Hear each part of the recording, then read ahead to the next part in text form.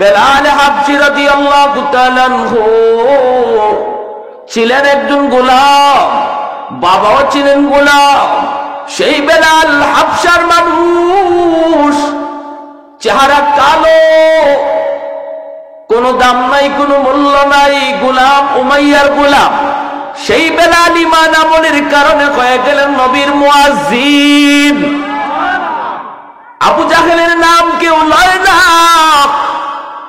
আবু লাহাবের নামও কেউ নেয় না, সন্তানের নাম কেউ আবু লাহাব আবু জাহেল রাখে না, ঠিক না?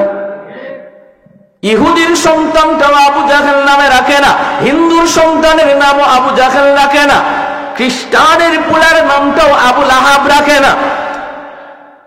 এত দামি ছিল আবু জাহেল, এত দামি। মক্কার যে মজলিসে আবু জাহেল বসা থাকতো, ওই মজলিসে আবু জাহেলের উপরে কথা বলার মতো সাহস কারো মক্কার জমিনে ছিল না। সবার কথা থাকতো আবু জাহেলের কথার নিচে। আবু জাহেলের কথাটাই ছিল ফাইনাল কথা, আবু জাহেলের কথাটাই ছিল 100 কথা। এই কথা অমান্য করার মতো দুঃসাহস মক্কার জমিনে কারো ছিল না। যেই মজলিসে বেলালের মতো লোক বসারই যোগ্যতা ছিল না, সেই বেলাল ঈমান আমলের কারণে হয়ে গেলেন এত দামি, এত দামি। আজকে বেলালের নামে মদিনায় মসজিদ মসজিদে বেলাল, মক্কায় মসজিদ মসজিদে বেলাল, হেরেম শরীফে দরওয়াজা বাবে বেলাল, মদিনা শরীফে মসজিদে নববীর দরওয়াজা বাবে বেলাল। আল্লাহু আকবার, জোরে বল। সন্তানের নাম বাহাদুরি করে মনের আনন্দে বাবা রাখে বেলাল। আবু জাহেল এত সম্মানী ছিল, ঈমান আমল না থাকার কারণে তার বাড়ি হয়েছে টয়লেট। হজ করতে যারা যায় আবু জাহেলের বাড়িতে গিয়ে পায়খানা করে, টয়লেট করে, নাউজুবিল্লাহ, জোরে করে। আর বেলালের নামে মসজিদ, বেলালের নামে বাইতুল্লাহর দরওয়াজা, বেলালের নামে মসজিদে নববীর দরওয়াজা, সর্ব জায়গায় বেলালের স্মৃতি। এত দামি, এত দামি বেলাল। কারণ হলো একটাই, যখন যেই হুকুম আল্লাহর পক্ষ থেকে এসেছে 100 বেলাল মানছে, 100 বেলাল মানছে। আমার নবীর মহব্বত অন্তরের ভিতরে জমায় রেখেছে, না না দুনিয়ার মহব্বত নয়। এর যুবক, তোমার মতো একজন যুবক ছিলেন বেলাল হাবশী। ওই যুবক যৌবনকালে তিনি উমাইয়ার গোলাম। তিনি তো বকরি রাখালি করতেন, মালিকের বকরিগুলি রাখালি করতেন পাহাড়ে পাহাড়ে। যেই পাহাড়ে আমার নবী ধ্যানে মগ্ন, ওই গারে হেরা, গারে হেরাতে আমার নবী, মায়ার নবী, তিনি ধ্যানে মগ্ন। ওই গারে হেরার পাশেই বেলাল বকরি রাখালি করেন মালিকের। আল্লাহ নবীকে চিনেন না, নবীকে জানেন না। আল্লাহ নবী তিনিও বেলালকে নবী চিনেন না। হঠাৎ করে নবী ডাক দিলেন, এ রাখাল, এদিকে একটু আসো। বেলাল আওয়াজটা পাইলেন, গর্তের ভিতর থেকে কে যেন রাখাল করে ডাক দিল। বেলাল সামনের দিকে আগান। আগে আল্লাহ নবীর চেহারা দেখা, নবীর চেহারার দিকে বেলাল তাকায় রইছেন। আল্লাহর নবী তখন বলতেছেন, এরে রাখাল, তোমার কাছে কোন ছাগলের উলানে দুধ আসেনি? আমার পানি তৃষ্ণা লাগছে, ক্ষুধাও লাগছে, একটু দুধ খাওয়াবানি। বেলাল হাবশী বলে, মুসাফির কে আপনি চিনি না, কিন্তু আমি আপনাকে আপনি যা চাইছেন তা খাওয়াইতাম। আমার ছাগলের কোনো উলানে তো দুধ নাই, আমি কেমন করে আপনার দুধ পান করাবো? আমার কোনো ছাগলের উলানি তো দুধ নাই, কেমন করে আমি আপনার উপকার করব? দ্বীনের নবী, মায়ার নবী তখন বলতেছেন, রে রাখাল, যে কোনো একটা ছাগল তুমি আমার কাছে নিয়ে আসো, ছাগলটা তুমি আমার কাছে নিয়ে আসো।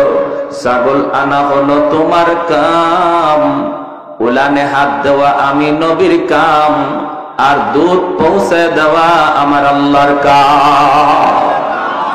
আরেকটু জোরে সুবহানাল্লাহ। বেলাল অবাক হয়ে গেলেন, অবাক অবাক। কয় কি মুসাফির, একটা মরা ধরা ছাগল, জীর্ণ শীর্ণ একটা ছাগল আল্লাহর নবীর কাছে হাজির করলেন। উলানে দুধের কোনো বংশ নাই, দিনের নবী, মায়ের নবী, তার বরকতি হাত মোবারক নবী যখন যেই মাত্র উলানের মধ্যে লাগাইলেন, সাথে সাথে আমার নবীর বরকতি হাত যেখানে লাগে ওই জায়গায় বরকত পৌঁছায় দেয় কে? আরেকটু দূরে বলেন কে? নবীজি যেই মাত্র হাত মোবারক লাগায় দিলেন, সাথে সাথে উলানটা দুধে ভরপুর হয়ে গেল। আল্লাহর নবী দুধ দহন করলেন, পাত্রে নিলেন, নবী নিজে খাইলেন, আবু বকর সিদ্দিক খাইলেন, বেলালকে নবী খাওয়াইলেন। বেলাল শুধু তাকায় তাকায় আমার মায়ার নবীর চেহারার দিকে তাকায়। জীবনে কত মানুষ দেখলাম, কিন্তু এত সুন্দর মানুষ আমি বেলাল জীবনে দেখি না। কে সেই মহামানব? কি তার পরিচয়?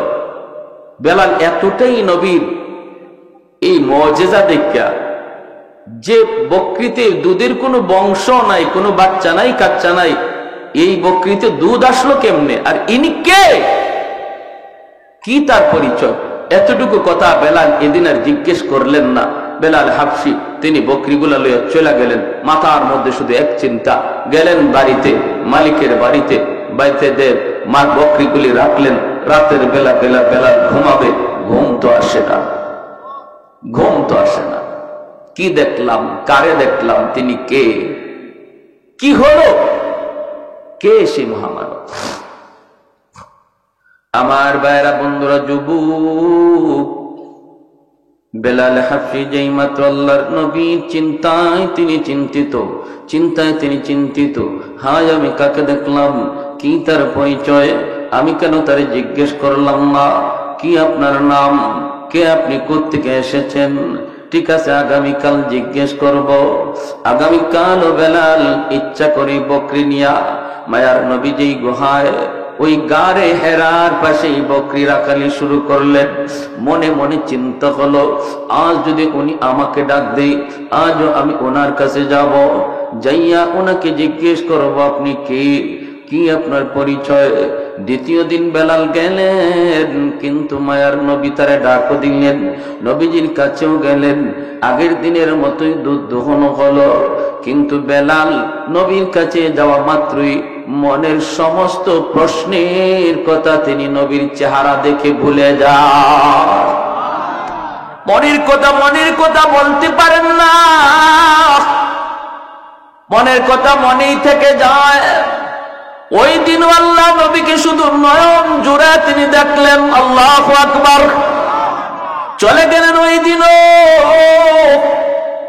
এই রাতু বেলালের ঘুম নাই, খাওয়া নাই, একটাই টেনশন, কে সেই মহামানব?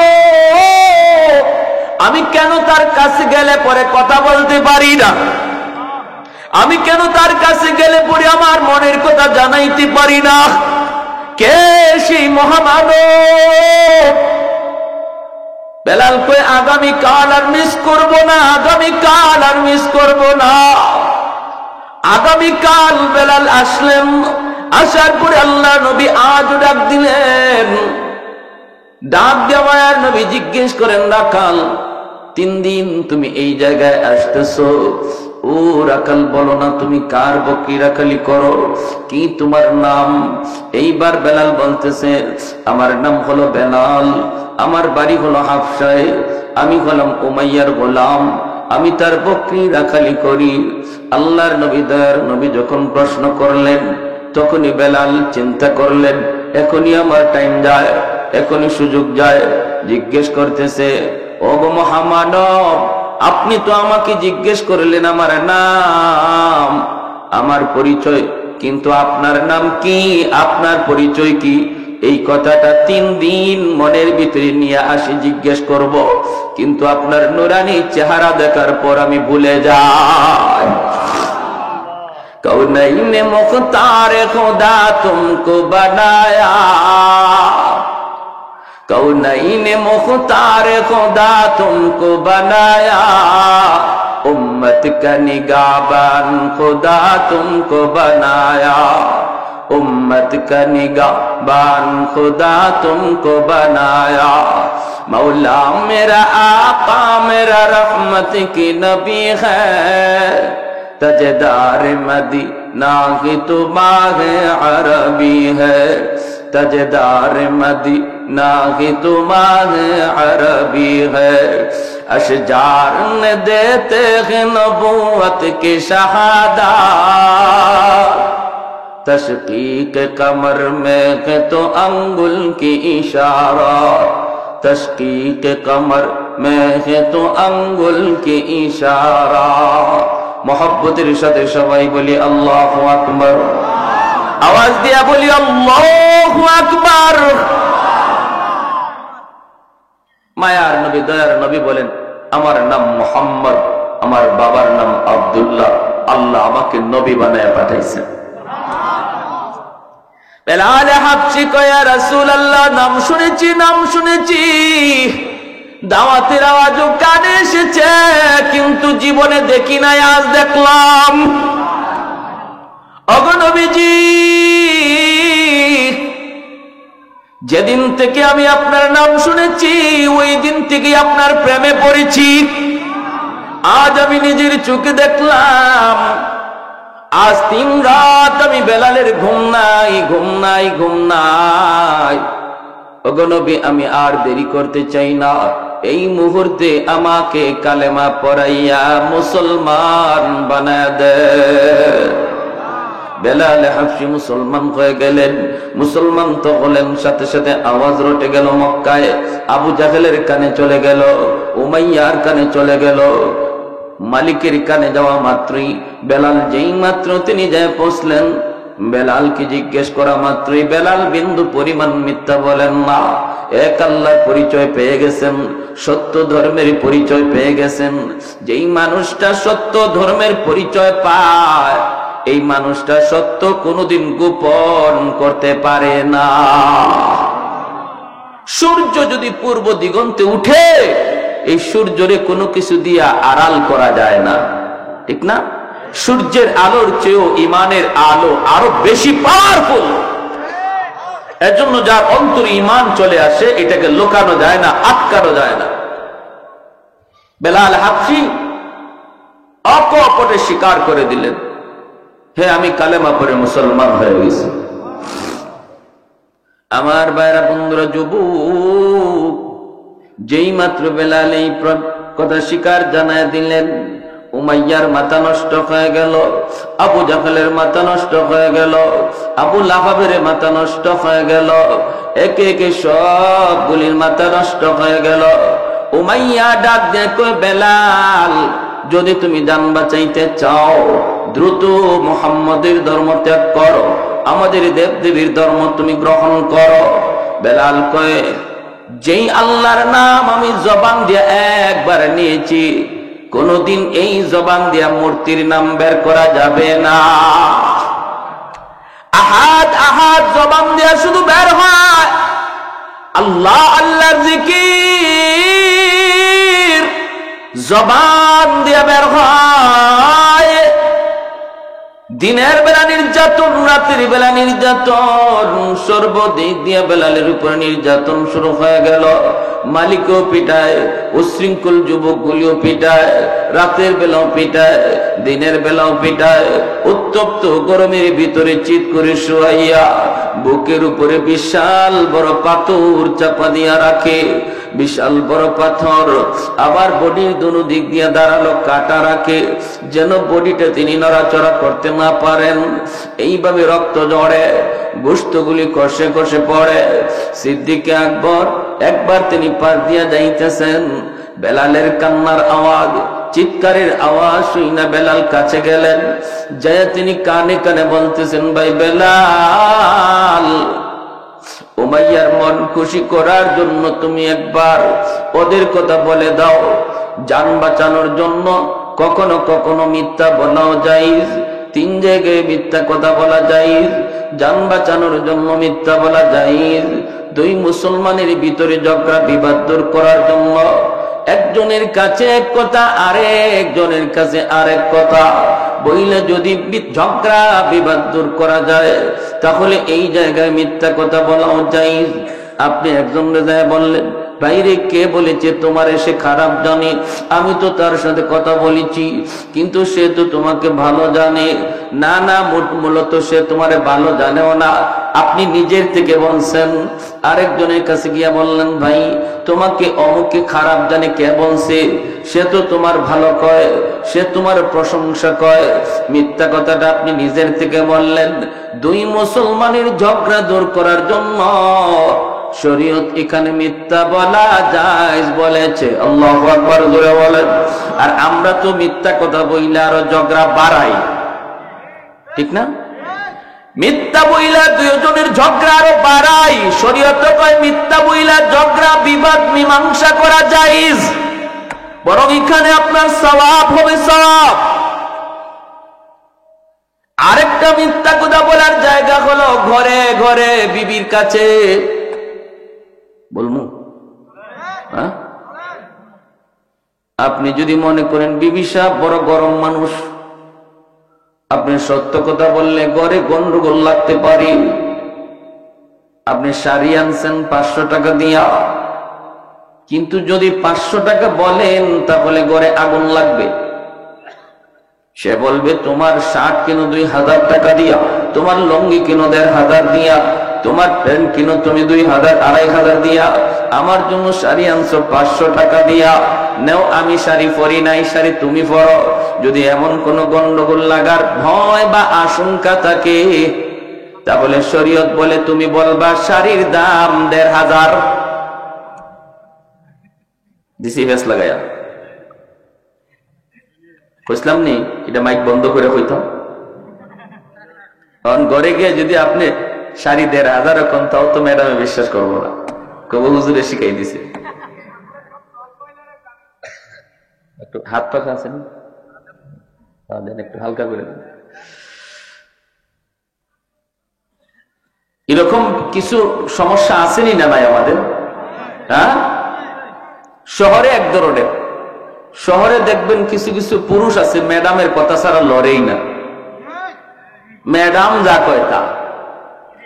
উনিও বাজারে ব্যাগ লয়ে লয়ে পিছনে হাঁটে, মনে হয় ড্রাইভার সাহেব। মাঝে মাঝে নাম ধরেও ডাক দেয়। স্বামীর নাম ধরে ডাক দেওয়া এটা একটা আল্ট্রা মডার্ন, একটা ট্রেডিশন হয়ে গেছে, ঠিক না? শহরে বন্ধ হয়ে নাম ধরে যদি কয় আব্দুল করিম এদিকে আসো, তো দোকানদার কি হাজবেন্ড ভাববে না ড্রাইভার ভাববে? ড্রাইভারই তো ভাববে। এই সমস্ত জায়গার মধ্যে পেস লাগে। ওই সমস্ত জায়গার মধ্যে শাড়ি যদি আনে 1000 টাকা দিয়া, হয় 3000, নাহলে ঝগড়া বাড়বে। আর গ্রামে গঞ্জে একটু সিস্টেমটা উল্টা। গ্রামে গঞ্জে আবার কিছু উল্টা সিস্টেম আছে। গ্রামে গঞ্জে কিছু কিছু স্বামী আছে, মাশাআল্লাহ, স্বামী না যেন জল্লাদ। স্ত্রী যে বিবি সাপ ভয় পায়, কঠিন ভয় পায়। আমি এমনও দেখেছি গ্রামের অনেক জায়গায়, হাওরে গরু রেজ যে লাঠি দিয়ে ফিটাইছে, এই লাঠি দিয়ে নিজের বিবিরে ফিটানি শুরু করে গরু এসে। হয়নি না, হয় না? এখন কমছে আলহামদুলিল্লাহ। আগের যুগে এমন অনেক ছিল, তালাক দিতে দিতে মারেও দে, শাশুড়িরেও দে, দাদিরেও দে, তো সদ্য গোষ্ঠী একসাথে খারার উপরে এইভাবে দেয়নি না, দেয় না? তো এরকম ভাবে এই দুইটা জিনিস খারাপ।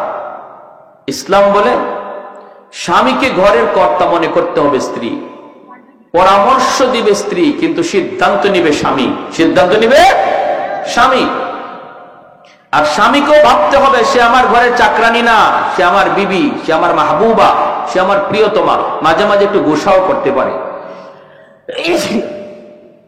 একজন প্রিয়তমা যেমন তার প্রেমিকের সাথে মান অভিমান করে, একজন স্ত্রীও তার স্বামীর সাথে কখনো কখনো মান অভিমান করতে পারে।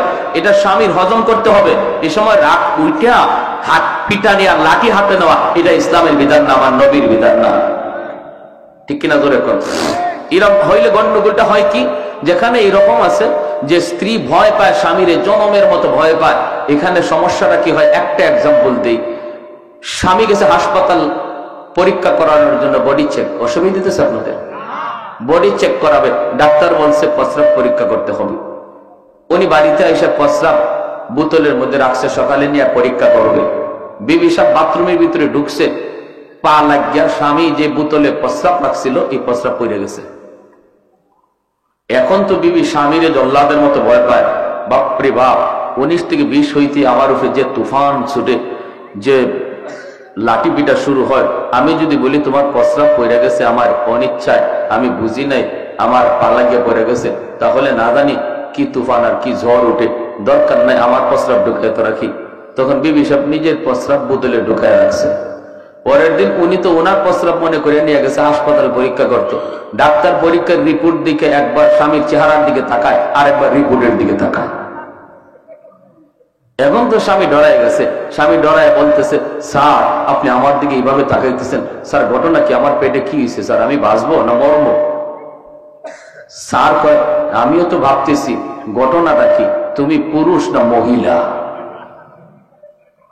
কয় স্যার এটা কি কোন? আমি একজন পুরুষ মানুষ। কয় তোমারে তো দেখতেছি আমিও পুরুষ, কিন্তু আমার রিপোর্ট বলতেছে তুমি মহিলা। কয় কেন, কি হয়েছে? কয় রিপোর্টে তোমার পেটে 7 মাসের বাচ্চা। 7 মাসের বাচ্চা কি আর পুরুষে নেই?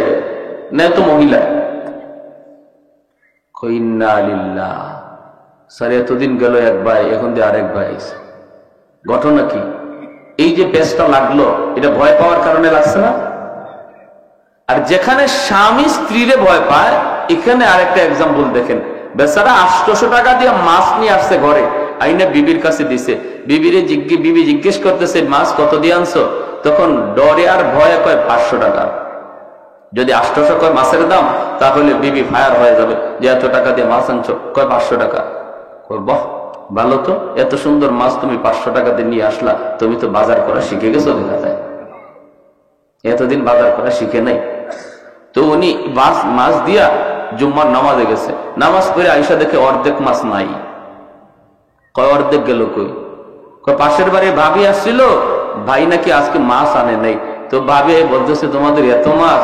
ভাবি আমাদের তো আজকে মাছ নাই, অর্ধেকটা মাছ আমাকে দিয়ে দাও না।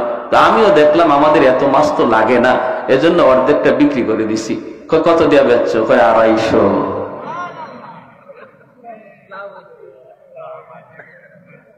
স্বামী কয় হাই রে আমার কপাল।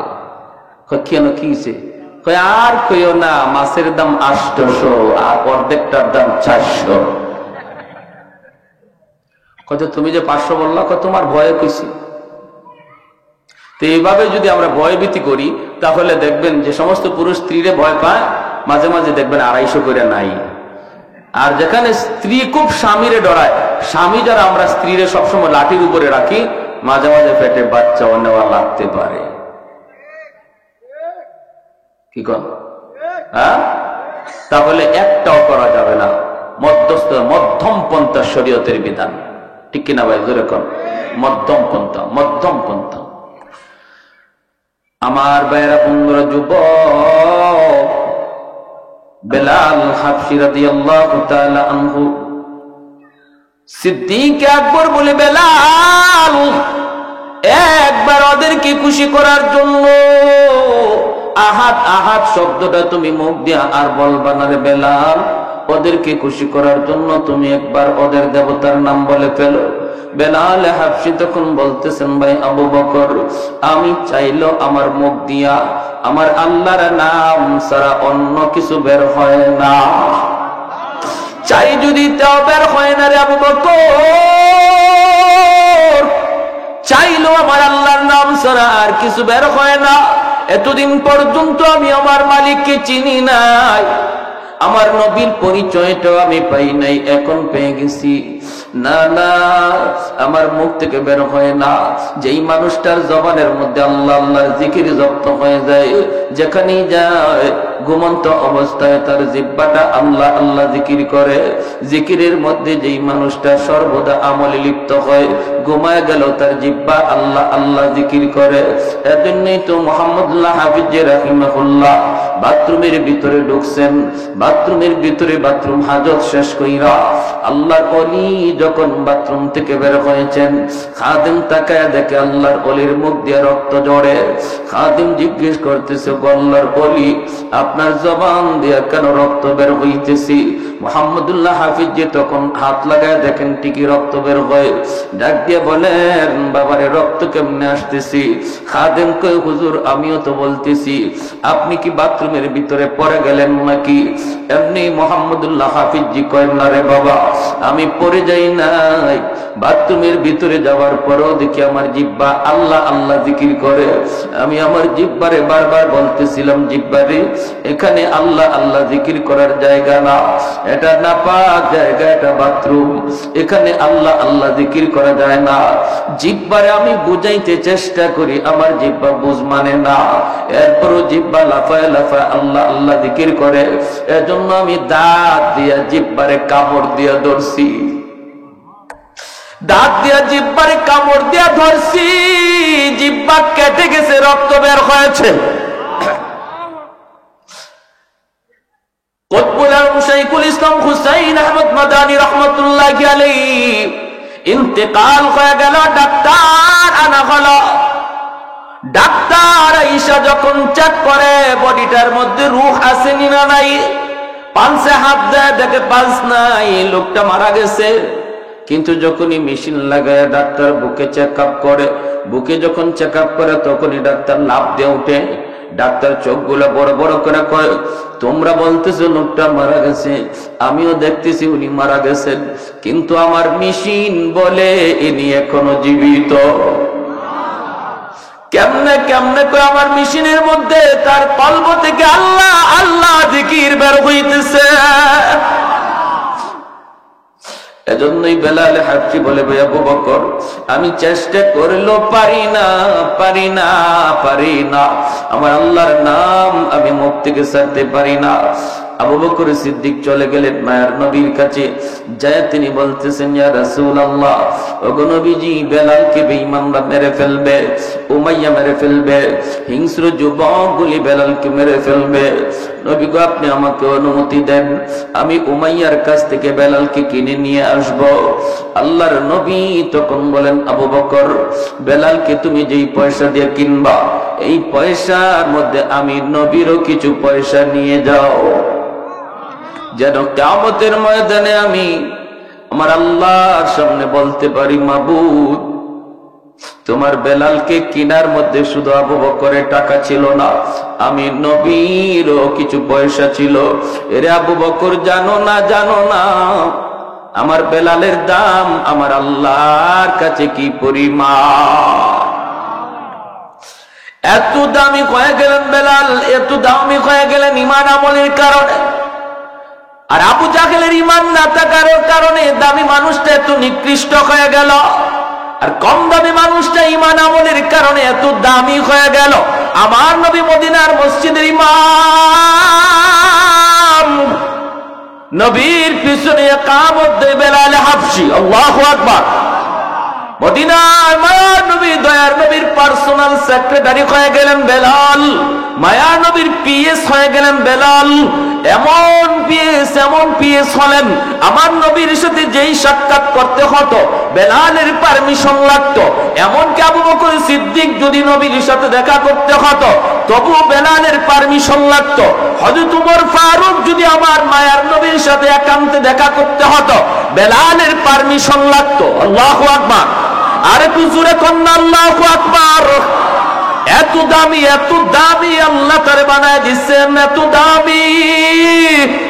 মায়ার নবীর কাছে মানুষজন দেখা করতে আসে, বেলাল সবার মেহমানদারি করেন, কখনো কারো কাছ থেকে ধার এনেন, কখনো কারো কাছ থেকে ঋণ এনে বেলাল ওই মেহমানদারি করতেন। এইভাবে মেহমানদারি করতে করতে একবার এক ইহুদির কাছে বেলালের অনেক টাকা, বেলাল ঋণী হয়ে গেলেন। একদিন বেলাল মসজিদে নববীতে আজান দিবেন, সাথে সাথে ইহুদি কয়, বেলাল আজান পড়ে দাও, আগে আমার ঋণ তুমি পরিশোধ করো। বেলাল বলেন, ভাই একটু সুযোগ দাও। কই কোনো সুযোগ নাই, আজ রাতেই সুযোগ আছে, তাড়াতাড়ি করে তুমি আমার ঋণ পরিশোধ করো।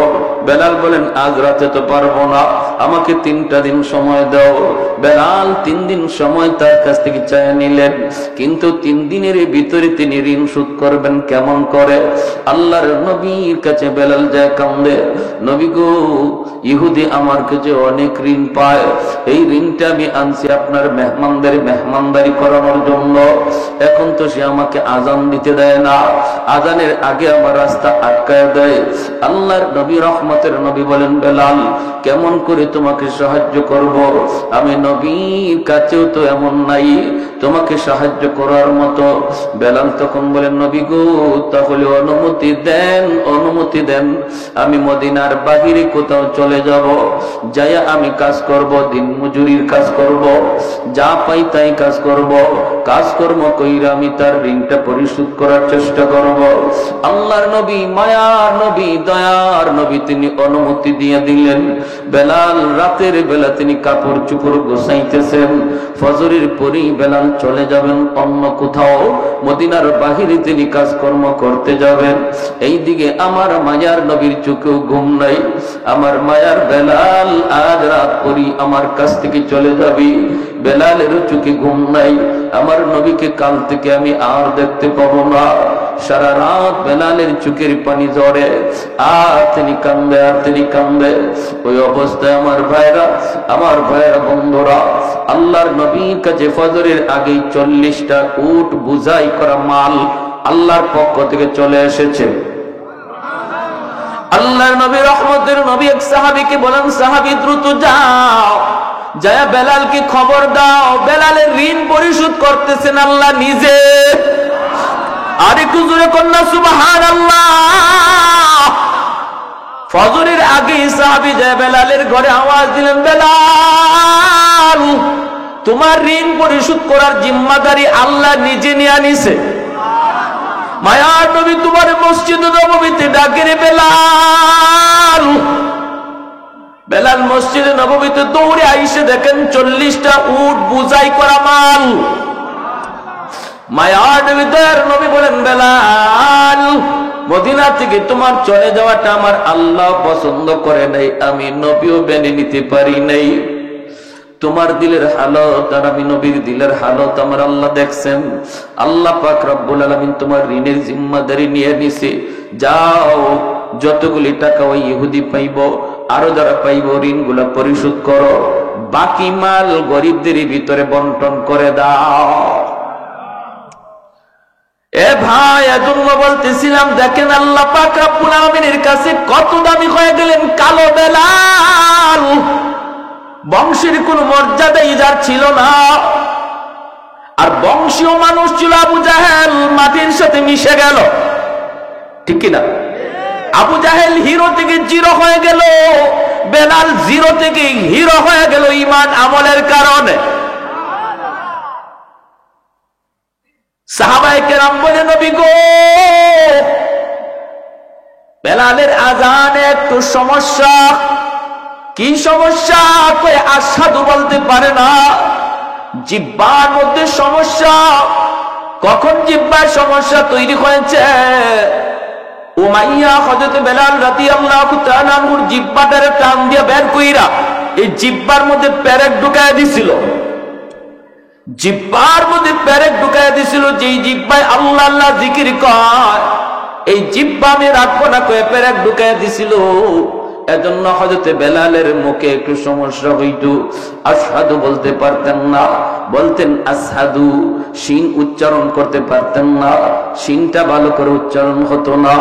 সাহাবায়ে কেরাম কয়, ইয়া রাসূলুল্লাহ, ওগো নবীজি, ভালো করে একজন মুয়াজ্জিন নিযুক্ত করে ফেলেন। নবী সাহাবায়ে কেরামের পরামর্শ নিয়া অন্য একজন সাহাবীকে মুয়াজ্জিন নিযুক্ত করে দিলেন। এশার নামাজের পরই নবী বলেন, বেলাল ফজর থেকে আর আযান দেওয়া লাগবে না। এই কথা শুনতেই যেন বেলাল হাবশির মাথায় আসমান ভেঙে পড়ল। এশার নামাজ পড়ে সবাই যার যার ঘরে চলে যায়, কিন্তু মসজিদে নববী থেকে গেলেন না শুধু একজন, তিনি আর কেউ নন, তিনি হলেন বেলাল হাবশি। মসজিদে নববীর কোনায় খাম্বার কিনারায় বইসা বইসা চোখের পানি ঝরে আল্লাহর কাছে কান্দে আর কয়, মালিক, ও মালিক, তোমার হাবিব আমারে মুয়াজ্জিনের চাকরি থেকে বাতিল করে দিছি। ও মালিক, আমি তোমার হাইকোর্টে আমি আবেদন করলাম, আপিল করলাম হাইকোর্টে, নিম্ন আদালতে আমার চাকরি বাতিল, উচ্চ আদালতে আমি আপিল করলাম। মাওলা, এই শিন উচ্চারণ করতে পারি না কেন? আল্লাহ, তোমার নাম নেওয়ার কারণে আমার জিহ্বায় পেরেক মারছি, এজন্য আমি শিন উচ্চারণ নিতে পারি না। এটা তো আমার কোনো দোষ না। আল্লাহ, হয় তুমি আমার জিহ্বা ভালো করে দাও, নতুবা আজান বদলায় দাও। আল্লাহু আকবার। হয় মালিক, আমার জিহ্বা তুমি ভালো করে দাও, নতুবা আমি যেভাবে বলি এইভাবে আজান বানায় দাও। আল্লাহু আকবার, আল্লাহু আকবার। কত বড় আবদার আল্লাহর দরবারে। আল্লাহ পাক রব্বুল আলামিন তার হাবিবকে জানিয়ে দিয়েছেন, বন্ধু আজানও বদলিবে না, আমার বেলালের জিহ্বা যেভাবে আছে এইভাবেই থাকবে, জিহ্বাও ভালো হবে না। আমি আল্লাহর নাম নেওয়ার কারণে জিহ্বা যে ক্ষত, এই ক্ষত আমি আল্লাহ বেলালের হাসরের মাঠে দেখতে চাই। হাসরের মাঠে বেলাল আমাকে ওই জিহ্বা দেখাবে, যেমন অবস্থায় আছে অবস্থায় থাকবে, আজানও বদলিবে না। ভাইরা বন্ধুরা, ফজরের আজান দিলেন অন্য একজন মুয়াজ্জিন। আজান তো হয়ে গেল, নামাজের টাইম হয়ে গেল। আমার নবী, মায়ের নবী, তিনি বের হয়েছেন হুজরা থেকে নামাজ পড়াবেন মসজিদে নববীতে। সাহাবায়ে কেরাম সবাই অপেক্ষায়। মায়ের নবী হুজরা থেকে বের হয়েছেন, নামাজ পড়াবেন, কিন্তু সূর্য তো উঠে না, রাত তো পোহায় না। ফজরের নামাজটা পড়তে হয়, একটু রাত যখন শেষ হয়ে যায়, সুবহ সাদিকের পরে ফজর যখন শুরু হয়, একটু আকাশটা ফর্সা হওয়া শুরু করে, তখন সুন্নাত ফজরের নামাজ পড়া সুন্নাত। আমার নবী ওই সময়টার অপেক্ষা করেন, একটু আকাশটা ফর্সা হবে। কিন্তু না না, অন্যদিন যেই টাইমে আকাশ ফর্সা হয়ে যেত, আজ ওই টাইমে আকাশ ফর্সা হইতেছে না, অন্ধকার শুধু আরো বাড়তেছে, অন্ধকার শুধু বাড়তেছে। সাহাবায়ে কেরামের ভিতরে অস্থিরতা, আল্লাহর নবীর ভিতরে অস্থিরতা। ওই সকাল তো হয় না, আকাশ তো ফর্সা হয় না। আল্লাহর কাছে নবী জানতে চাইলেন, মালিক, ও মালিক, কিয়ামত কি তুমি গোটায় দিবা নাকি? আল্লাহ, কিয়ামত কি হয়ে যাবে নাকি বুঝতেছি না গো আল্লাহ, নাকি আমরা কোন আযাবের সম্মুখীন? আল্লাহ বলে, বন্ধু কি হয়েছে? কই মালিক, কেন এখনো সকাল হয় না, ফর্সা হয় না? ফজরের নামাজ তো পড়বো, কিন্তু এত অন্ধকারে কেমন করে নামাজ পড়ি? আল্লাহ, ফজরে আজান বুঝি হয়, এখনো বুঝি ফজরের টাইম হয় নাই, ফর্সা হয় নাই। জিবরাইল আমিন দ্রুত নেমে এসে মায়ার নবীকে জানায় দিলেন, নবী গো, কেমন করে সকাল হবে গো নবী? মদিনার মসজিদে ফজরের আজান তো এখনো হয় নাই। আল্লাহ নবী বলে, ভাই জিবরাইল, অন্য দিনের চেয়ে আজান তো আরো সুন্দর আজান হয়েছে, শুদ্ধ করে আজান হয়েছে, শুদ্ধ করে আজান। জিবরাইল আমিন কই, নবী গো, জানি না, তবে অন্য দিনের আজান আমরা আসমানের ফেরেশতারাও শুনতে পাইতাম, শুধু আমরা না, আরশের মালিক আরশে বৈশা শুনতেন। কিন্তু আজ ফজরের আজান আমরা আকাশের ফেরেশতারা শুনি নাই, আল্লাহ নিজেও শুনে নাই, এজন্যই রাত শেষ হইতেছে না। ওগো নবীজি, বেলাল আজান না দেওয়া পর্যন্ত রাত কিন্তু পোহাবে না। মায়ার নবী, দয়ার নবী কই, বেলাল, আমার আল্লাহর কাছে এত দাবি হয়ে গেছে বেলাল, আমরা তো বুঝতে পারি নেই রে বেলাল, দ্রুত আজান দাও। বেলাল আজান দিলেন, রাত পোহালো, দিনের আভাস দেখা গেল। জোরে করুন সুবহানাল্লাহ। রমজান শরীফ, মায়ার নবী সেহরি খাইতেছেন। রমজানে সেহরি খাওয়া কি সুন্নত, ঠিক না? সেহরি খাওয়া সুন্নত। একটা খেজুর হইল একটা সেহরি খাবেন, সুন্নত আদায় হবে। তবে যদি কেউ সেহরি না খায়, রোজা হবে না তা না। সেহরি যদি কেউ ঘুমের তালে খাইতে না পারে, রোজা হবে। উনি যদি রোজা রাখতে চায়, রোজা রাখতে হবে। রোজা রাখতে চায় না, রোজা রাখতে হবে। সেহরি না খাইলেও রোজা রাখতে হবে, তবে সেহরি খাওয়াটা সুন্নত, বহুত বড় সুন্নত। এই সেহরির টাইমটা উম্মতে মুহাম্মদের জন্য আল্লাহ পাক স্পেশাল একটা সুযোগ দিয়েছেন, যেটা আগের উম্মতের ছিল না, এমনকি ইসলামের শুরুতে ছিল না। মায়ার নবীর কাছে যখন রমজানের বিধান নাজিল হয়েছে তখন রোজার সিস্টেম ছিল অন্যরকম। সিস্টেমটা কেমন ছিল? সিস্টেম ছিল সকাল থেকে নিয়ে সন্ধ্যা পর্যন্ত রোজা রাখবে, এরপরে ইফতার করার পরে যদি কেউ ঘুমায়া পড়ে তাহলে আর খাওয়ার সুযোগ নেই। ঘুম থেকে উঠিয়া রাত যদি থাকেও রাতে আর খাওয়ার সুযোগ নেই। ঘুমায় গেলেই তার ঘুম থেকে রোজা শুরু।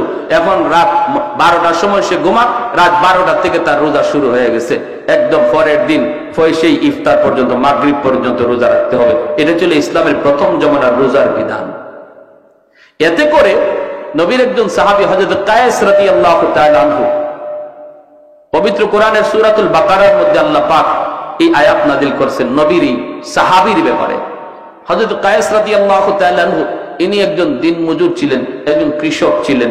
সারাদিন জমিতে সে মরুভূমিতে কামকাজ করেন, রোজা রাখা কামকাজ করছেন। ইফতারের সময় আসছেন, আয়েশা তিনি বিবিরে বলতেছেন, বিবি গো সারাদিন কাম করছি, খুব ক্লান্ত, কিছু আছে ইফতারি কিছু আছে? ইনি বলে আমি আপনার কাছে আনতেছি, ইফতারি রেডি নাই, রেডি করে আনতেছি, আপনি একটু ধৈর্য ধরেন। কইতেই সারাদিনে ক্লান্ত মানুষ তো একটু খালি হেলান দিছেন, আর হেলান দিতেই ঘুম চলে আসছে। বলুন তো দেখি, ঘুমাইলে পরে আর খাওয়ার সুযোগ আছে? কথাটা বুঝছেন? উনি ঘুমায় গেছেন, ক্লান্ত মানুষ তো। দেখবেন রিক্সাওয়ালা মানুষ রমজান মাসে রিক্সা চালায় হঠাৎ করে একটা গাছের নিচে যখন ক্লান্ত হইয়া মাথাটাকে হাত ধরে বালিশ বানায় যখন খালি শোয়, নাক ডাকায় ঘুমাইতে শুরু করে, ঠিক না? ঘুমায় যায়। তো উনি ঘুমায় গেছে। বিবি সাহেব আসছে, আইসেই যখন দেখে বিবি স্বামী ঘুমায় গেছে, ইন্না লিল্লাহি ওয়া ইন্না ইলাইহি রাজিউন, তখন উনি ঘুম থেকে লাফ দিয়ে উঠছে। দুজন হাত পা চাইরা একদম অসহায় হয়ে দাঁড়ায় রয়েছে। বিবি সাহেব কাঁদতেছে, স্বামী গো এখন তুমি কেমনে রোজা রাখবা? রোজা তো রাখবাই, তো রোজা রাখতে গেলে এখন অবস্থাটা কি হবে? সারাদিন গেছে, তুমি কিছু খাও নাই, এখন ইফতার করবা, একটু দেরি হইতে তুমি ঘুমায় গেলা, ঘুমাইছো তো এখন আর তোমার খাওয়ার সুযোগ নেই, এখন কেমনে কি করবা? ইনি না খাইয়া এই রাত থেকেই রোজা রাখা শুরু হয়েছে। সারাদিন ক্ষুধার্ত তৃষ্ণার্ত, আবার সারা রাত গেল না খাওয়ায়। পরের দিনও রোজা শুরু হয়ে গেছে। পরের দিন রোজা শুরু হয়েছে, যখন দুপুর হয়ে গেছে তখনই উনি ওনার মাঠেই যেখানে কাজ করতে বেহুশ হয়ে পড়ে গেছেন। বিবি সাহেব আল্লাহর নবীর কাছে গিয়া বলছে, ইয়া রাসূলুল্লাহ আমার স্বামীর এই অবস্থা। আল্লাহর নবী, রহমতের নবী আল্লাহর কাছে আবদার করলেন, মালিক আমার উম্মতের জন্য বিধানটা কঠিন হয়ে গেছে, আল্লাহ একটু আসান করো। সাথে সাথে আল্লাহ পাক জিবরাইল আমিন মারফতে কোরআনের আয়াত নাজিল করে ওই সাহাবীর দিকে লক্ষ্য করে আল্লাহ জানাই দিলেন, বন্ধু আজ থেকে তোমার উম্মতের বিধান আমি আসান করে দিলাম। ঘুমাইলে আর রোজা শুরু হয়ে যাবে এমন না, সারা রাত সেহরি পর্যন্ত সে খাইতে পারবে। এখন ঘুমাক আর উঠো, খাওয়ার টাইম সারা রাত। তাহলে নবীজির সাহাবীরাও উম্মতের জন্য রহমত, ঠিক না? একজন সাহাবীর কারণে আমরা রোজার বিধানটা আসান পাইছি, আর নাইলে কিন্তু আমাদেরও এইরকমই হইতো, ঘুমাইলে আর খাওয়া যাইতো না, খালি একটু ঘুমাইবেন শেষ, আর খাওয়ার সুযোগ নেই, রোজা শুরু হয়ে যেত। এই সাহাবীরই ঘটনার পরে রোজার বিধানটারে আল্লাহ আমাদের জন্য সহজ করে বলেন, সকাল থেকে নিয়ে মাগরিব পর্যন্ত, ইফতার পর্যন্ত তোমরা রোজা রাখবা, খাইবা না, পানি পান করবা না, আর ইফতারের পর থেকে নিয়ে সেহরি পর্যন্ত সারা রাত তোমরা যখন মন চায় যা খাও, তোমাদের জন্য সেই সুযোগ করে দেওয়া হয়েছে। আল্লাহ নবী সেহরি খাইতে বসছেন, বেলাল হাবশী আজান দিবেন, ফজরে আজান। মুয়াজ্জিন সাহেবরা আজান দেওয়ার আগে ইমাম সাহেবের একটু খবর নেয়। তো বেলাল হাবশী রাদিয়াল্লাহু তাআলা আনহু তিনিও ফজরে আজান দিয়ে দিবেন, সেহরির টাইম শেষ হয়ে গেল। তিনি তো চিন্তা করতেছেন আমার নবী এখনো কি তিনি খানা খান নাকি খানা থেকে সেরে ফেলছেন, একটু যে দেখে আসি। বেলাল চলে আসলেন আল্লাহর নবীর কামরায়, আইসা দেখেন মায়ার নবী এখনো খানা খাইতেছেন, আর নবীর সাথে আরেকজন অপরিচিত মানুষ খানা খাইতেছে।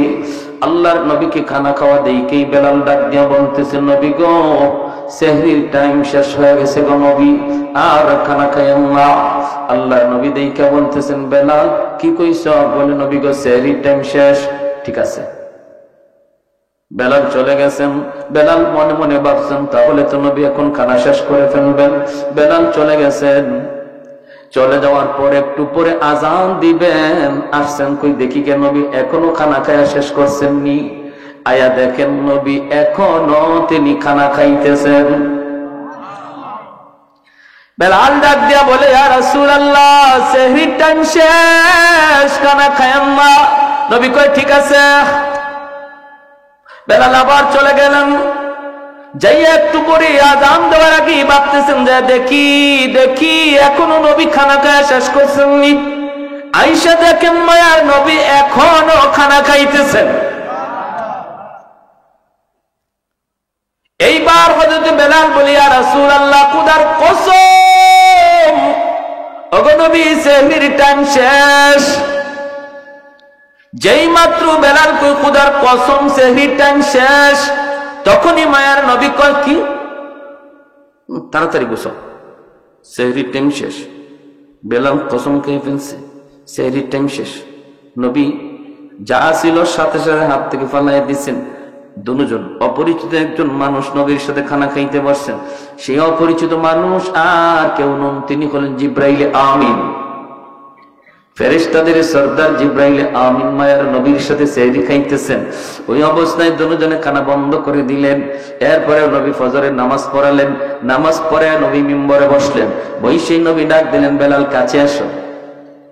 কাছে আইনা বলেন, বেলাল, প্রথমবার যখন তুমি বলছো নবী গো সেহরির টাইম শেষ, কিন্তু জিব্রাইল আমারে বলতেছেন নবী গো সেহরির টাইম আরো আছে, খান। সুবহানাল্লাহ কইতেন না আপনারা? তুমি বলছো সেহরির টাইম শেষ, জিব্রাইল আমারে কয় না আছে টাইম, খান। দ্বিতীয়বার যখন তুমি বলছো সেহরির টাইম শেষ, তখনও জিব্রাইল বলেন না গো নবী আরো আছে, খান। তৃতীয়বার তুমি যখন বলছো সেহরির টাইম শেষ, তখনও টাইম ছিল, কিন্তু যখনই তুমি কসম করে ফেলছো, কসম খোদার সেহরির টাইম শেষ, তখন আল্লাহ পাক রব্বুল আলামিনকে জিব্রাইল, যদিও সেহরির টাইম শেষ ছিল, কিন্তু আমার বেলাল কসম খেয়ে ফেলছি। আমার বেলালের দাম আমি আল্লাহর কাছে কি পরিমাণ জানো না? আমার বেলালের কসমের ইজ্জত রক্ষায় আমি আল্লাহ টাইম থাকলেও অফ করে দিলাম। আরে কুজুরে কন্যা সুবহানাল্লাহ। ছিল টাইম, আরো ছিল, খাওয়ার সুযোগ ছিল, কিন্তু বেলালের কসমের ইজ্জত রক্ষায় আল্লাহ টাইমটারে অফ করে দিয়েছেন। যেরকম সুবহানাল্লাহ। আহাদুল লাইসা কামিসলি সামাদুন লাইসা কাফাদলি লিমানিল মুলকু তুগু ইতু সাজাওয়ার খুদাই তু খুদা বন্দেয়াবি নি তু খুদা বন্দেয়া সারি তু খুদা বন্দে জমিনি তু খুদা বন্দে সামাই তু রহিমি তু করিমি তু সামিঈ তু বসিরি তু মুইদ্দি তু মুদিল্লি তু মালিকিল আরশি বাজাই। একটু জোরে করুন আল্লাহু আকবার। এজন্য বলি রে যুবক, যৌবন কালটা হলো আল্লাহর ওলি হওয়ার বয়স। বেলাল হাবশী যৌবনে তিনি আল্লাহরে খুশি করে ফেলছেন। যৌবন কালেই তিনি জিরো থেকে হিরো হয়েছেন। যৌবন কালেই তিনি ছিলেন গোলাম, গোলাম থেকে মায়ার নবীর পার্সোনাল সেক্রেটারি হয়েছেন। যৌবন কালেই বেলাল মসজিদে নববীর মুয়াজ্জিন হয়েছেন। আল্লাহু আকবার জোরে কর। তোমার যৌবন কালটা হলো আল্লাহকে খুশি করার বয়স।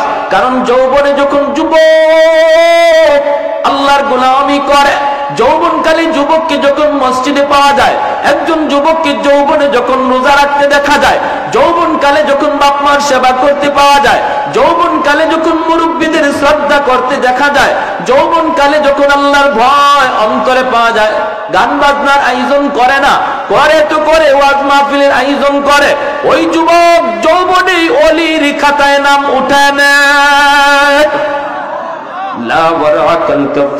নবী বলেন, যার গুনাহ করার সুযোগ ছিল, সামর্থ্য ছিল, এরপর আল্লাহর ভয়ে যে যুবক গুনাহ করে না, সুযোগ ছিল রাতের অন্ধকারে জিনা ব্যভিচার করার, সুযোগ ছিল দরজা বন্ধ কইরা খানা খাইয়া মানুষের সামনে রোজাদার সাজার, সুযোগ ছিল দরজা বন্ধ করে পানি পান কইরা মানুষের সামনে রোজাদার সাজার, এরপর যেই যুবক যৌবনে আল্লাহরে ডরাইয়া মানুষের চোখে ফাঁকি দিলেও আল্লাহর চোখে ফাঁকি দেওয়া যায় না, এই বিশ্বাস অন্তরে নিয়ে যে যুবক সর্বদা আল্লাহর ভয় অন্তরে রেখে চলছি, মায়ার নবী দয়ার নবী বলেন, ওই যুবকের কলিজার দিকে তাকাইয়া আল্লাহ পাক আসমান জমিন এখনো টিকায়া রাখছি, নতুবা জমিন প্রতিনিয়ত আল্লাহর কাছে আবদার করে, মালিক আর কত আমি গুনাহগারের পায়ের আওয়াজ শুনবো, আর কত আমি সুদখোরের 5 তলা বিল্ডিং এর লোড নিব, আর কত আমি ঘুষখোরের 10 তলা বিল্ডিং এর লোড নিব। আলা কুল্লা ইয়াউমিন ওয়াল আরদু ইস্তাজিনু রাব্বাহু আবতালিউ ইবনা আদম ফি কারি। মালিক অনুমতি দাও, অনুমতি দাও, এই ফরিদপুরের গুনাহগার গুলির আমি জমিনের ভিতরে গিলে ফেলি, আমি সুদখোরের 5 তলা বিল্ডিংটা গিলে ফেলি। তুরস্কের জমিন 5 তলা 10 তলা বিল্ডিং গিলে ফেলেছে, সিরিয়ার জমিন 50,000 মানুষ গিলে ফেলেছে। আল্লাহ পাক বলে হাদিসে কুদসি, আল্লাহ পাক বলে শুধু তুরস্ক আর সিরিয়ার জমিন নয়, বাংলার জমিন, ফরিদপুরের জমিন, সিলেটের জমিন, সর্বকালের সর্বযুগের সর্ব জায়গার জমিন আল্লাহর কাছে আবদার করে, মালিক আর কত আমি গুনাহগারের পায়ের আওয়াজ শুনবো। আসবিরু ইলা মাতা আসবিরু, ধৈর্য ধরব তো আর কত কাল ধৈর্য ধরব। আল্লাহ বলেন ওয়াল বাহরা ইস্তাজিলু রাব্বাহু, সাগর মহাসাগর গুলো এমন প্রতিনিয়ত আবদার করে, ও মালিক আমি কক্সবাজার সমুদ্র সৈকত, ওই কক্সবাজার সমুদ্র সৈকতের পারে আইসা নাফরমান কত গুনাহ করে, আমি সমুদ্র আর কত দেখব, আর কত আমি গুনাহগারের গুনাহ দেখব গো মালিক। আমার পারে আইসা তোমার কত গোলাম আমার দিকে তাকায় সুবহানাল্লাহর জিকির করে, তোমার কুদরত নিয়ে ভাবি, কিন্তু কত নাফরমান সাগরের পারে আইসা গুনার আয়োজন করে। ও মালিক এই গুনাহগার গুলি জমিনে নাপাক করে ফেলেছে, আমাকে অনুমতি দাও আমি পানি নাপাক জমিন পাক বানায় দিই। আল্লাহ পাক রব্বুল আলামিন বলে চুপ কর, এ জমিন থাম থাম, আমি আল্লাহ দেখতেছি এই জমিনে কেমন অন্যায় হয়, আমি আল্লাহ দেখতেছি এই জমিনে কেমন অন্যায় হয়, কেমন অপরাধ হয়, কেমন গুনাহ হয়, কেমন জুলুম হয়, এরপরও আমি কেন ধরি না জানোনি? কারণ এই মানুষকে আমি আল্লাহ বড় আদর করে বানাইছি, এই মানুষকে আমি আল্লাহ বড় আদর করে বানাইছি। আসমান আল্লাহ বানাইছেন কুন ফায়াকুন বইলা, জমিন আল্লাহ বানাইছেন কুন ফায়াকুন বইলা, ফেরেশতা আল্লাহ বানাইছেন কুন ফায়াকুন বইলা, কিন্তু আমারে আপনারে আল্লাহ পাক কুন ফায়াকুন বইলা বানায় নাই। আমারে আপনারে যখন আল্লাহ বানাইছে, আল্লাহ বলে খালাকতু বিয়াদাইয়া, আমি আল্লাহ আমার নিজের হাত দিয়া বান্দা বান্দিরে বানাইছি। কারণ এই চেহারার মধ্যে এত দামি কপাল, এই কপাল দিয়া বান্দা আমার কুদরতি কদমে সেজদা দিবে। এই কপালটার এত দাম, এই কপাল ফেরেশতাদের হাতে বানাইলে হয় না, এই কপাল কুন ফায়াকুন বললে হয় না, আমি আল্লাহ নিজের হাতে বানাইছি। এই জমিনের মধ্যে এখনো এমন 4টা শ্রেণী আছে, লাউলা মাশাইখু রুকা ওয়াশ শাবাবু খুশা ওয়াল আতফালু রুদ্দা ওয়াল আনআমু রুদ্দা। আল্লাহ বলে এখনো জমিনের ভিতরে এমন আমার কিছু বান্দা বান্দি আছে, চুল দাড়ি তার সাদা হয়ে গেছে, কোমরে তার ব্যথা, হাঁটুতে তার ব্যথা, আমি আল্লাহর কদমে সেজদা দিতে তার কষ্ট হয়, এরপরও কষ্ট করে করে আমি আল্লাহকে সেজদা দেয়। তার সেজদার দিকে তাকাইলে জমিনের প্রতি আমি আল্লাহর মায়া লেগে যায়। ওয়াশাবাবু খুশা, আল্লাহ বলে 2 নম্বর কোন জমিনে এমন কিছু যুবক যৌবনের পাগলামি করে না, গুনার আয়োজন করে না, না না, যৌবনে তার মাথায় টুপি পাওয়া যায়, যৌবনে তার মুখে দাড়ি দেখা যায়, যৌবনে তার মসজিদে পাওয়া যায়, যৌবনে তার রমজানে রোজা রাখতে দেখা যায়, যৌবনে মুরব্বিদের শ্রদ্ধা করতে পাওয়া যায়, যৌবনে আলেমদেরকে তাজিম করতে দেখা যায়। ওই যুবকের কলিজার দিকে যখন আমি আল্লাহ তাকাই, তখন এই গুনাহগার জমিনের প্রতি আমি আল্লাহর মায়া লেগে যায়। এজন্য বলি যুবক, যৌবন কালটারে অনেক মূল্যায়ন করো।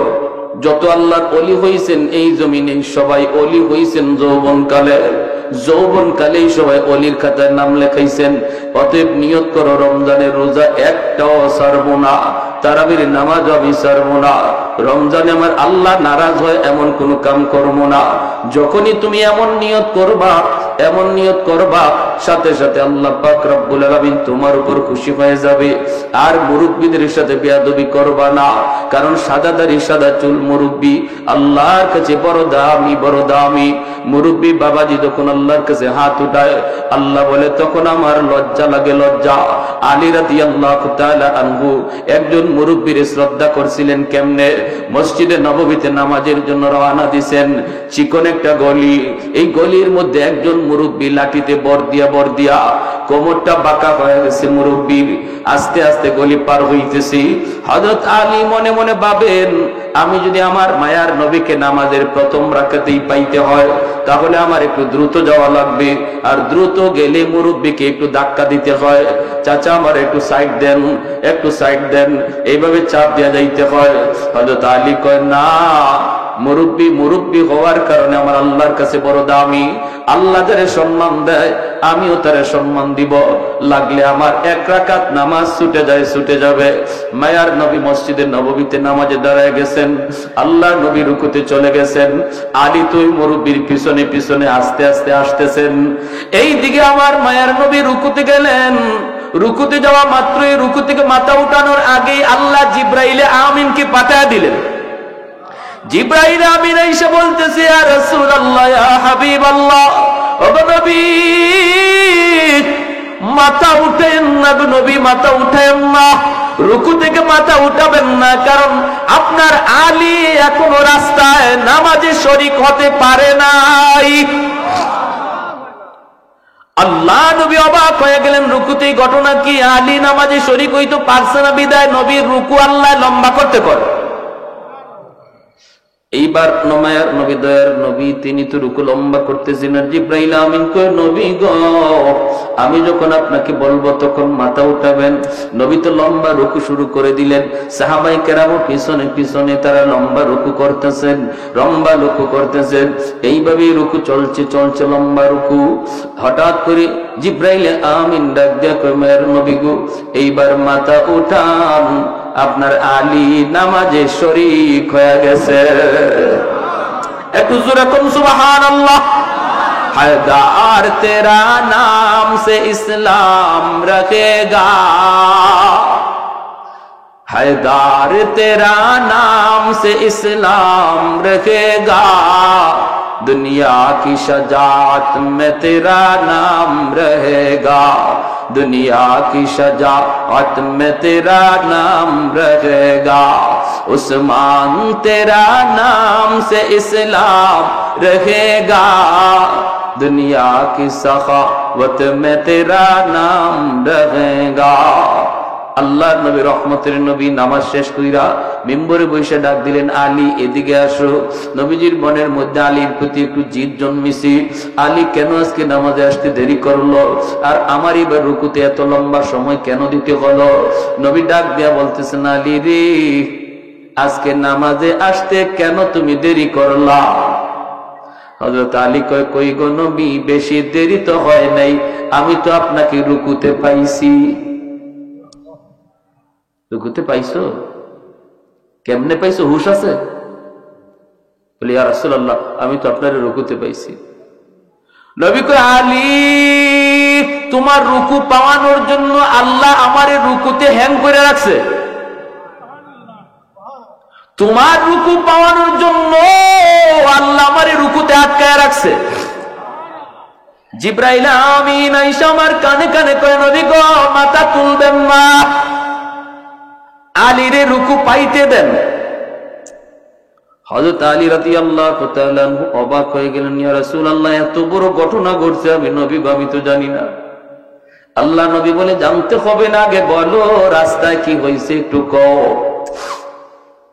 এইবার হযরত আলী কই, নবী গো, আমি তো নির্ধারিত সময় বের হয়েছি জামাত ধরার জন্য, কিন্তু চিকন গলিটার ভিতরে একজন মুরব্বী, এই মুরব্বী মানুষের সম্মান করতে যায় আমার একটু দেরি হয়ে গেছে। আল্লাহর নবীর চোখ থেকে দর দর করে পানি পড়ে। নবী কান্দে আর কয়, আলী রে, দেখ, সাদা দাড়ি সাদা চুল, দুর্বল মুরব্বী মানুষকে সম্মান করলে আল্লাহ কত সম্মান তোমার বাড়ায়া দিছে। যেই দুনিয়াতে মুরব্বীকে সম্মান করবে, আল্লাহ তারেও মুরব্বী বয়সে সম্মানী বানায় দিবে। এজন্য সাবধান, মুরব্বী বাবাজিদের সাথে বেয়াদবি করবা না, দোয়া নিবা। মুরব্বীদের দোয়ায় তোমার ভবিষ্যৎ আল্লাহ আলোকিত করবে, সামনের জীবনের পথগুলো আল্লাহ আসান করে দিবে। ইকতে আল্লাহ এই আয়াতে বলছেন, তুমি যদি ইমানের সাথে নেক আমল করো তাহলে 1 নম্বর নগদ পুরস্কার যেটা, আল্লাহ দুনিয়াতে তোমাকে সম্মানী জীবন দান করবে। আমরা সবাই সম্মানী জীবন চাই। কারা কারা হাত তুলে আল্লাহকে দেখা। আল্লাহ তুমি প্রত্যেককে সম্মানী ইজ্জতওয়ালা জীবন দান করো। আল্লাহ আমাদের ইজ্জতওয়ালা জীবন দান করো। কি রোজা সাইরা না রোজা রাখা? জোরে কোন, রোজা সাইরা না রোজা রাখা? তারাবি সাইরা না তারাবি বইরা? কারা কারা তারাবির নামাজ 20 রাকাত পড়তে রাজি আছে? সবাই সবাই সবাই হাত তুলেন। 20 রাকাত তারাবির নামাজ ইনশাআল্লাহ পড়ব তো ইনশাআল্লাহ। সাবধান, রমজান মাস আসছেই, কোরআন নাজিলের মাস। তারাবিতে কোরআন তেলাওয়াত হয়, আমরা তেলাওয়াত শুনবো। আর এই রোজা আর তারাবির দ্বারা আমরা আল্লাহর ওলির খাতায় নাম লেখায় দেব। আল্লাহর ওলির খাতায় নাম লেখে। রমজান শুরু হওয়া মাত্রই 2-3টা তারাবি পইরাও 2-3টা রোজা রাখেও যদি আল্লাহ আমাদের কাউকে নিয়ে নেয়, নিঃসন্দেহে সে আল্লাহ তৈরি জান্নাতের মেহমান হয়ে যাবে রমজানের খাতিরে। প্রবাসী যারা থাকে মানে একটা অসহায় কণ্ঠ একটা ফান্ড করছে, এটার জন্য দোয়া করতে বলছে, এবং যদি কেউ যাতে সবাই স্বতঃস্ফূর্তভাবে সহযোগিতা করে একটু সবাইকে। আচ্ছা, আলহামদুলিল্লাহ। আমার প্রবাসী ভাইয়েরা একটা ফান্ড করছেন, অসহায় কণ্ঠ, বুঝছেন? এটার মধ্যে শরীক থাকবো আমরা।